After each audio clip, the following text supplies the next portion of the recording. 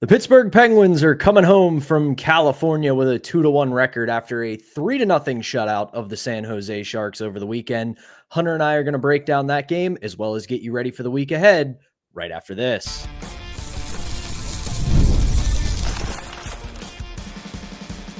You're Locked On Penguins, your daily podcast on the Pittsburgh Penguins, part of the Locked On Podcast Network, your team every day. Welcome back to another edition of the Locked On Penguins podcast. I'm one of your hosts, Patrick Damp. You can follow me across all social media platforms at synonym for wet. Joined as always by the one and only Hunter Hodes. You can follow him on Twitter at Hunter Hodes. You can give our show's Twitter account a follow at LO_Penguins. You can also find us on Instagram at LockedOn_Penguins. And of course, we appreciate you making us part of your daily routine. Don't forget that we are free and available wherever you get your podcasts, as well as YouTube. And if you follow us on YouTube, be sure to hit the notification button. That way you can be among the first to know when we drop our daily Monday through Friday episodes. Before we get started, today's episode is brought to you by FanDuel. Download the FanDuel app now by visiting FanDuel.com, and you could win $300 in bonus bets if your first $5 bet wins. More on them later. Hunter, the Penguins have a pretty successful West Coast road trip as they come home with a 2-1 record, finishing their trip with a 3-0 shutout of the San Jose Sharks. And this was not a 3-0 shutout that was kind of just ho-hum. It wasn't like the Penguins went out, dominated, got a 3-0 victory, wrapped up their trip and came home. It was a pretty up-tempo, pretty high-paced game against, as we discussed, a younger, talented Sharks team, but a Sharks team that is still very much in the early stages of a rebuild. And like I said, this was a back-and-forth, fast-paced game. Both teams got quite a few chances. And we got to start with the guy between the pipes, and that is Tristan Jarry. We don't want to get too far ahead of ourselves because, yes, it is still the San Jose Sharks, but first two periods, the Sharks got quite a few good looks at the Penguins' net, and Jarry was very equal to the task. This was a very well-earned shutout by Tristan Jarry, and the seesaw between the two goalies so far continues to go up and down, but this was a very, very encouraging performance from Tristan Jarry. Right, and it's funny, Pat, the Penguins already have 2 shutout victories in their first 6 games of the season. The first one coming against the Rangers, and that was a very low-event game, at least to me, where the Penguins did such a great job limiting the Rangers' breakout from their own end. And this one, I did like how the Penguins played defensively, especially in the third, but there was a lot more up and down action, especially in the first 40 minutes, compared to what we saw in the season opener against the Rangers, where Jarry, it felt like in the shutout victory, was tested more than Shilov's was tested in that first game of the season. And, I will give credit to Tristan Jarry. He played outstanding in this game. There was a sequence in the second period, Pat, where he came up with not 1, but 2 saves back-to-back in great fashion. He was playing aggressive. When he is actually out challenging shooters, playing aggressive, that is when he is at his best. That's when he has his confidence, and you saw that throughout this game. He's also talked about starting games a bit faster. That was a quote in Josh Yohe's story that I was reading over the weekend, where he was talking about how he's really worked on starting games quick, unlike last year, Pat, where I felt like he was giving up the first shot in a whole bunch of his starts. So far this season, that hasn't happened yet, though. Again, it's only been 3 starts. And I know I was on record talking about giving Shilov's the start on Saturday just because I felt like he earned a second start in a row, but I know what the Penguins are doing here. They're doing a true goalie rotation to see who can really take the reins as that 1A. So far, they're both kind of matching each other, Pat. When one guy punches, the other guy punches back. So it's been good, at least for a good chunk of these starts, seeing these goalies kind of match each other. Shilov's against LA. Shaky a little bit, but he still played really well, especially towards the end. With this one against San Jose, Jarry was great throughout. Now, does he go back to Shilov's against Vancouver? Does he stick with Jarry? So it's been a true rotation so far. I'm excited to see how Dan Hughes keeps handling this. We're going to talk more about the goalies in the second segment of this show, as well as the young guys. So let's not spend too much time on that in the first segment. I do want to make sure we have that saved up, but let's continue with the Sharks game over the weekend. It may not have been a vintage Sidney Crosby performance, but it was a vintage Sidney Crosby goal. Yes. That was a deflection goal that only Sidney Crosby can make, and it was an absolute beauty from him. Malkin punctuates the game with an empty netter, and the first goal of the game for the Penguins, or not the first goal of the game, the other goal for the Penguins. What a sequence by the Penguins for that second line of Malkin, Mantha, and the big man, Justin Brazeau. That line has been very good to start the year, and you can see that the chemistry between the three of them, it's just clicking. It was a great move by Brazeau, a better finish by Mantha, and you just have to really like what you're seeing from that line so far. And I'll say this, as much as I am taking my victory lap on Justin Brazeau being my dark horse, sneaky good signing candidate over the offseason, one thing, and I think it actually does connect both, and this is going to sound silly, the way Tristan Jarry played against the Sharks and the way Brazeau has been playing all season long, it all comes down to confidence. Both of them are playing with such confidence. They're making decisive decisions, and they're not hesitating. That has kind of been the issue with both players over the last couple of years. Brazeau has shown the potential, but then he starts to question himself. He starts to hesitate, and his game isn't as good as you'd like it to be. Same exact thing for Tristan Jarry. He hesitates, second guesses himself, gives up those soft goals. But against the Sharks, Brazeau and then that line as a whole, they were really, really good. Brazeau has some silky hands, man. That pass to Mantha to make it 2-0 was disgusting. And it was only a matter of time also that Anthony Mantha was going to get going. A little bit of a slow start, but again, Pat, he's coming off a torn ACL. But that was a really nice release on that goal.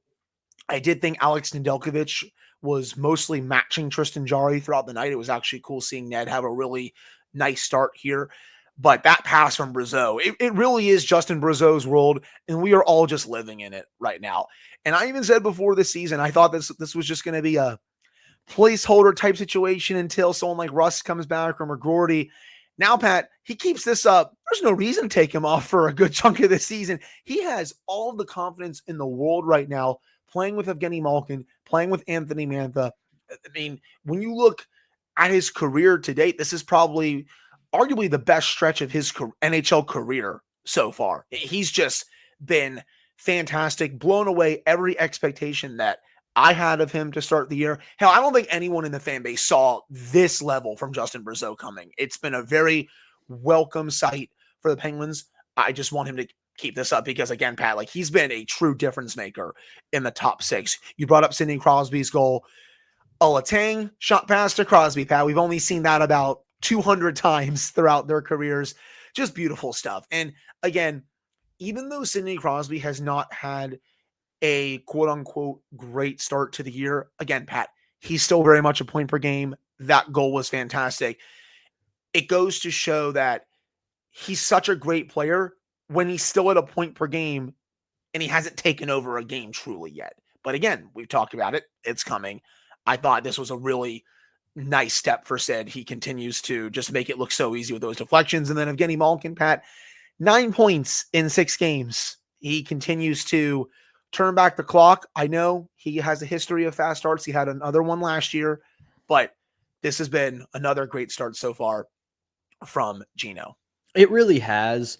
And at the end of the day, the biggest challenge now for Evgeny Malkin is to keep that momentum going. I don't think we're going to see this kind of torrid pace for 82 games. You know, there are going to be peaks and valleys. You know, he'll have a stretch where the pucks aren't going in or he's just not at tip-top shape. You can't expect that from him at this age, but to consistently be good, let's say he remains healthy, you want to see him keep up this level of play for charitably, let's say 65-ish games, maybe 60 games. You can give him a week or two here and there throughout the season where it's not going to be at this level. But if he can continue this and have more good games than bad, you're in a really good spot. As for Sid, same kind of deal. We know that the last couple years stumbles a little bit out of the start, and saying stumble is even being a little unfair. He just isn't the best player in the world anymore. But once he gets going, you know what you're getting with Sidney Crosby. And because he's one of the best in the game, he's still producing even when he's not at vintage Sidney Crosby levels. So that breakthrough is just right around the corner. So really solid win, really solid California trip for the Penguins. And as we have been talking about, we don't have high expectations, but play good, solid, competitive hockey. And even if you come out on a losing end, that is going to happen. But really good trip, really good win, and the Penguins will be back at it this week. We'll dive into what you can expect this week later on in the show. But when we come back, we're going to jump back into the goalie talk as well as talk about the two young guys because everybody wants to talk about them right now. And we will do that when we come back. So stick with us right after this. Before we do that, though, we've got to tell you about today's first sponsor, and that is Monarch. Let's be honest, most of us can't name all of our financial accounts, let alone what they're even worth. Between 401ks, savings, investments, and everything in between, it's really easy to lose track, and that can mean leaving money on the table. That's why there is Monarch, an all-in-one personal finance tool that brings your entire financial life together in one clean, easy-to-use interface on your laptop or your mobile device. You guys have heard me talk about Monarch before and my long-standing rivalry with both Math and Excel. I don't get along with either of them, so Monarch is perfect for someone like me who needs to keep an eye on all of his finances, whether it's my bank account, savings, credit cards, retirement, you name it. Monarch helps me out. It puts it all right there in one place, and I don't have to touch any of those spreadsheets, and I don't have to count on my fingers. It does all the counting for me. So don't let financial opportunity slip through the cracks. Use code LOCKEDONNHL at monarch.com for 50% off your first year. That's monarch.com, code LOCKEDONNHL for half off your first year. Back here on the Monday edition of Locked On Penguins, I'm Patrick Damp, right alongside Hunter Hodes, and I do want to mention this since we are going to talk about the obvious guys, Ben Kindel and Harrison Brunicke, who both had some solid performances out west, but this story kind of came out of nowhere, and we would be remiss if we didn't mention it for the Penguins and their prospects. Defensive prospect Emil Pianiemi has been suspended by the organization. This news comes from Taylor Haas, one of the GOATs at DK Pittsburgh Sports. And essentially, this is what happened. Pianiemi did not make the Penguins out of camp, as we know. He got sent to Wilkes-Barre's camp, and then after Wilkes-Barre's camp concluded, he was sent to Wheeling. He refused to report. The Penguins and Pianiemi's camp tried to come to some kind of solution. He ultimately refused and flew back home to Finland on his own. And essentially, the organization has suspended him as a result. They still hold his rights, but they could loan him to another club, kind of the way they've done with a couple of other players over the past year. But I'll just say this. I don't want to spend too much time on it because it's kind of a story in limbo right now. This is not a good look for Pianiemi because 10, 15, even more years ago, I can totally understand being upset at a demotion to the ECHL because back in those days, being in the E was essentially a death sentence. You were probably going to be buried there. You'd have to more than dominate to get out of the ECHL. Nowadays, the ECHL is very much a developmental league. You are not sent there to rot. You're sent there to develop. In him essentially saying, I'm not going, that's not a very good look.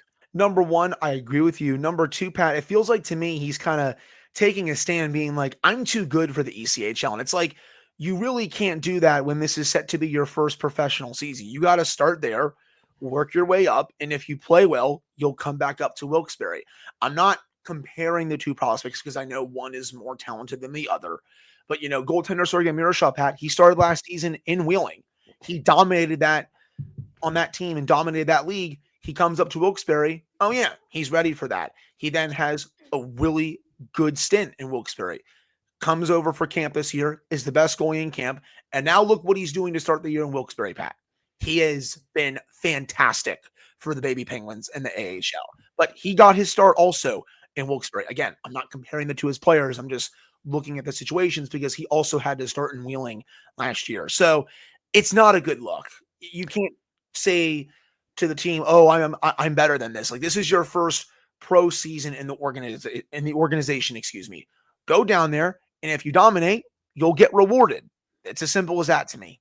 Right. I'm as pro player as it gets. I do think players got to stand up for themselves and do what's right for themselves. But in this instance, even putting aside that the ECHL is very much in the modern NHL era, a place where players do get a chance to move up. Even before that, the Penguins, going all the way back to Ray Shero, were one of the first teams that really developed a baseball developmental model where they didn't just have an ECHL team because they needed to have one. They had one because they put their longer term prospects down there to really get a runway and a feel for pro hockey. So him doing this is just not a very good look on his part. So let's move it over to some young guys who are doing really well for themselves. Both Ben Kindel and Harrison Brunicke each had a game where they were healthy scratched out in California. As the coaching staff said, this was just part of the developmental plan for both of them. It wasn't an indictment on their game. They weren't being punished. They're easing them into the rigors of an NHL schedule because, as we know, for these two, it's either the NHL or it's back to juniors. I will say this, with each passing game they play, their stock continues to rise.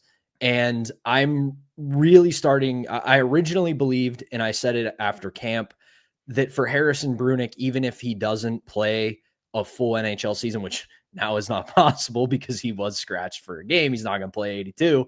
The math doesn't math on that one. But I did say that I thought it was better for his development to stay at the NHL, get that experience, get that challenge, learn what it's like to be an NHLer. And I said for Ben Kindel, give him a few games and then send him back. But let's start with Kindel. I don't know if he's got anything left to do at junior because there have been some moments where he's not all that great, but he's 18. We don't expect him to be perfect, but I look at the aggregate of everything that he does. He just looks NHL ready. I don't really know any other way to say it. That's the thing. Like, even coming into this, when he made the team, Pat, I was starting to get towards you where I was like, okay, you get him a taste of this, you then send him back. And even after he had a couple good games or his tenure, I was still like, I got to see more. I'm now at the point, he has played 5 games. I continue to get more and more comfortable with the idea of him playing a full season here and starting his ELC. He was outstanding against the San Jose Sharks. There was one play in particular I want to start with first. It was that hockey IQ and defensive awareness really standing out, Pat, when he backchecked like crazy, knew exactly where to be positional-wise, and prevented a scoring chance against the Sharks. If he was not there, Pat, that puck was going in the back of the net. But because of how defensively responsible he is, because of his hockey IQ, he was able to make that play. It's stuff like that you can't teach. And he's only 18. This is still going to get even better as he matures a bit more in the NHL. Before that, there was a shift in the first period where it felt like he had 4 prime scoring chances in the offensive zone. He was absolutely flying out there on that shift and throughout this game. That's the biggest thing that I wanted to highlight real quick. Sorry to interrupt you, Hunter, is that when you look at 18-year-old forwards, especially one like Ben Kindel, who we raved that he put up 99 points in juniors, when you look at a player like that, your first thought is they're not going to be able to handle the two-way game. They might get their chances. They might be good offensively because that is so instinctual and ingrained in you that you really can't teach it. but you can teach a player how to get better defensively. His two-way game, it's a little rough around the edges overall. I'm not saying it's perfect or polished and ready to go, but he's doing things in a two-way capacity that is really encouraging and I think really puts him ahead of schedule. And it's really rare, especially among 18-year-olds that you see in the NHL. Like, this is so far beyond advanced, in my opinion, so far. So, again, it's been 5 games, but I am getting more and more comfortable after every game he plays for him to stay the full year and start his ELC. I'm just about there. Like, I can't believe I'm saying that, Pat, because going into camp, I even said, hey, I want to see him have a good camp. Go back to junior. He then goes out there, makes the team, and I'm like, okay, maybe he'll get a couple games, still go back to junior. Now I'm at the point where it's like he continues to get better over these next 4 that he plays in, whenever that is, because they're managing his workload. Why not keep him up and start the ELC and play him 50, 55 games like Harrison Brunicke? And speaking of Harrison Brunicke, Pat, he was also fantastic in this game. There was a move from him in the first period where he put one of the Sharks players in an absolute blender, fires a puck off the pipe. He continues to get more and more comfortable. He was in position all night long. The skating ability continues to be rock solid. This was a great performance from him on the third pair. The underlings were also very strong for him in this game. He played in this one a little over 17 minutes. 54% shot attempts for rate, also a 74% expected goals for rate, 58% scoring chances for rate, 81% high danger chances for rate at 5-on-5. The numbers very much match the eye test. And 1 second, Pat, before we get back to Brunicke, Kindel at 5-on-5 in this game, 12-25 of 5-on-5 ice time, 62.8% of the shot attempts, 81% of the expected goals, 60% of the scoring chances, 75% of the high danger chances. Both of these players were absolutely awesome in this 3-0 win against the Sharks. With Brunicke, it's kind of a no-brainer that he's going to stay beyond the 9 games. At this point, I would be a bit surprised. Just he's also ahead of Kindel age-wise and all that other stuff. But it's still kind of a no-brainer. At least that's what it's feeling like to me right now. Kindel, I'm still not fully sure, but I'm getting more comfortable with this. Right. There's not a whole lot I can add on Brunicke just because he is simply one of the Penguins' best 6 defensemen at this point, and there's not much of a question on that. And it's not a best 6 by default where everybody else is not at that good of a skill level, because we know that he is still developing. He's still young. He's just already solidly in the top 6 defensemen in the organization overall. So keeping him is really not, I think, a question at this point. It's just managing his workload so he doesn't burn out by the end of the year. Real quick, before we end the segment, I do want to have a quick discussion on the goalies. And I want to go back to something you said, and I also hinted at in the first segment. I don't know what, and I'm not ready to declare him cured. Okay. So let's stop there. Let's park that there. But the thing I saw from Tristan Jarry against the Sharks, and I've seen it in spurts throughout the start of this season, is that he's playing confidently. When Jarry has been at his best, he's challenging shooters, he's playing decisively, he's making the right decisions. And for him, that needs to continue, because you looked at it against the Sharks. And again, we know the Sharks are still very much a team that is rebuilding and at the very early stages of it. He was on top of his crease. He was challenging shooters. He was taking angles away. And when he does that, he's not a half bad goalie. As for Shilov's, the rebound control needs some work, but it's the same kind of deal.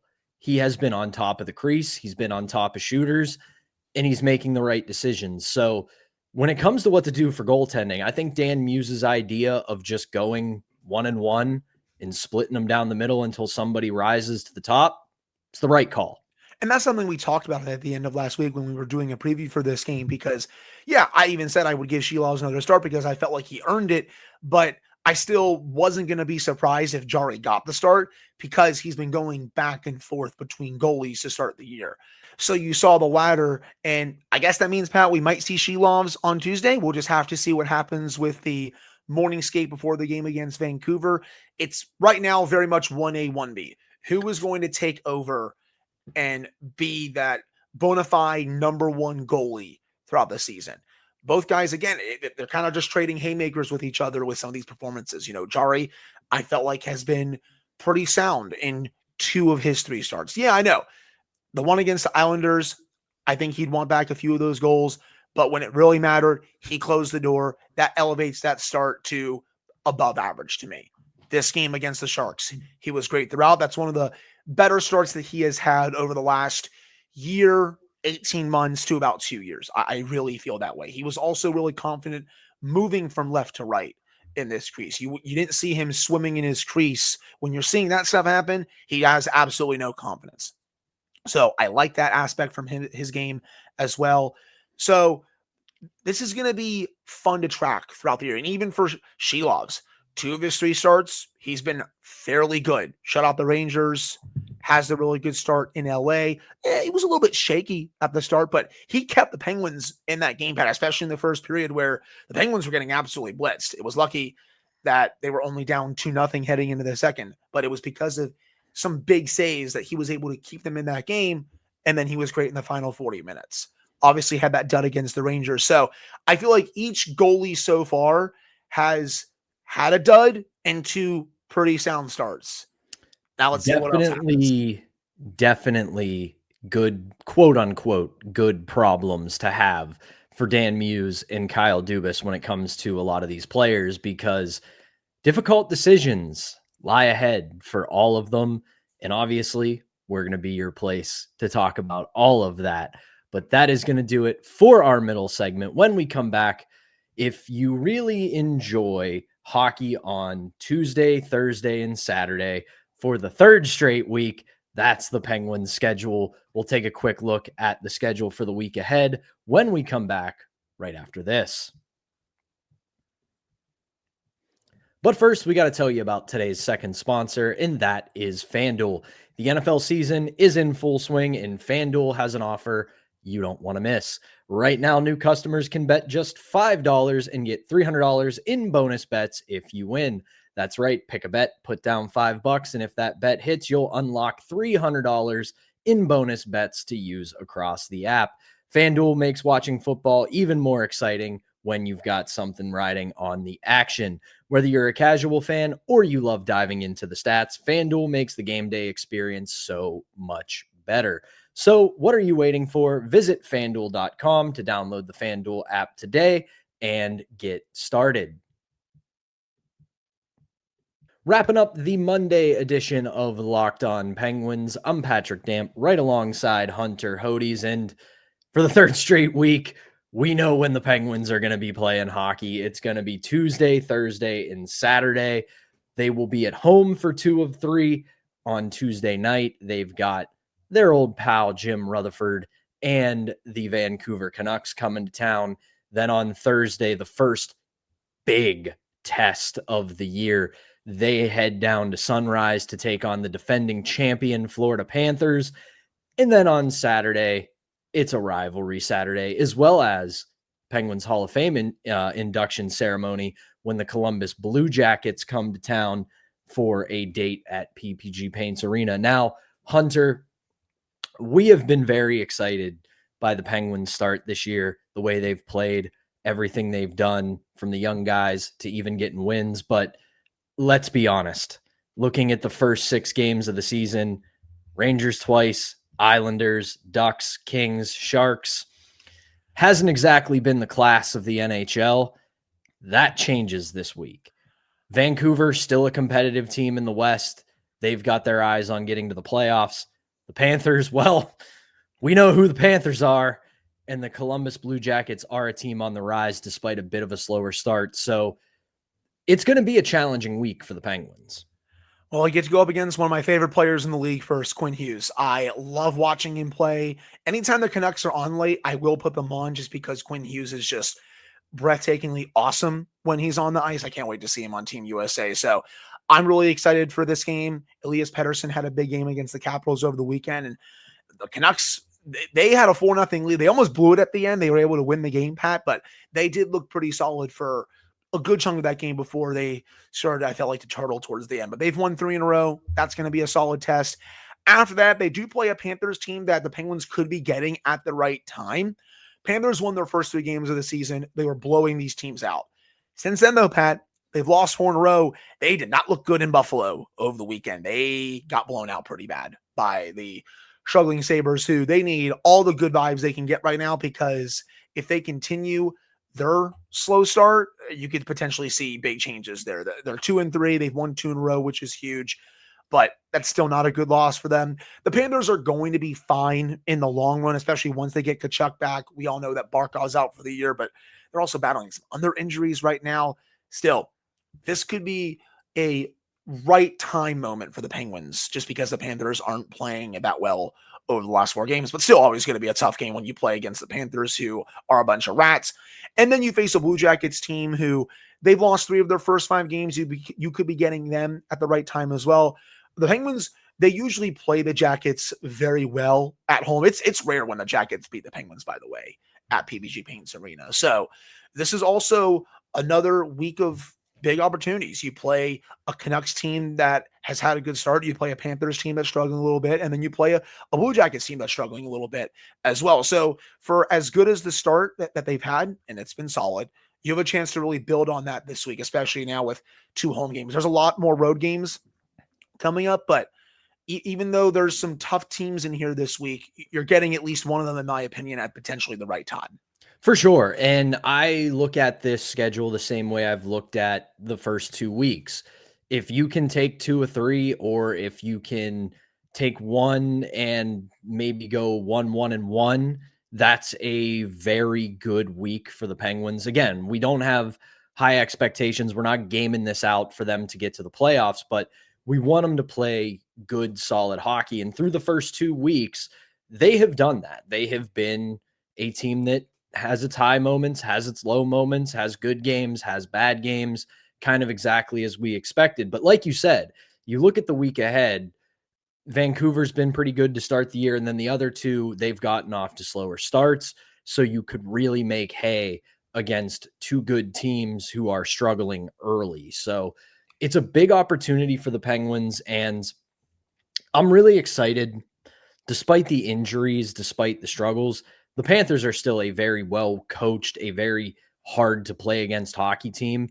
And when you look at some of the guys on the Penguins, the young guys who we just talked about, Brazeau, who's having a good start, depending on which goalie gets the call in Florida, it's a really good learning opportunity and a really good challenge for those guys this week. Oh, yeah. I mean, when you play a team that has Sam Bennett, Brad Marchand on it. And by the way, did you see the Brad Marchand clip from the game against the Sabres? Just very typical Brad Marchand stuff. The young kids are going to get the full Brad Marchand experience, I think, on Thursday. That'll be like one of the true welcome to the NHL moments. Pat, I know they've only played 5 games so far, but if both are in the game and they're not managing their workload on Thursday, I think they're going to have some true welcome to the NHL moments, excuse me, when you play against Marchand and Bennett. That team, again, just full of rats. They go 0-100 for the entire 60 minutes. You're going to walk out of that game very bruised up just because of the style that the Panthers play. So that's going to be fun. Vancouver, they play a lot of up and down hockey. I think you can take advantage of some of their defensive lapses, in my opinion, even though goaltender Thatcher Demko has been awesome to start the year. He's potentially playing his way on to Team USA at the Olympics. And then Columbus, I expect them to be better, but you also could be getting them at the right time here. So really intriguing week coming up here. For sure. And we are going to wrap this episode up because we're recording it around 11 a.m. on Monday morning. And our boy Hunter Hodes has to make his way to the UPMC Lemieux complex to cover practice for the hockey news. So that is going to do it for our Monday edition.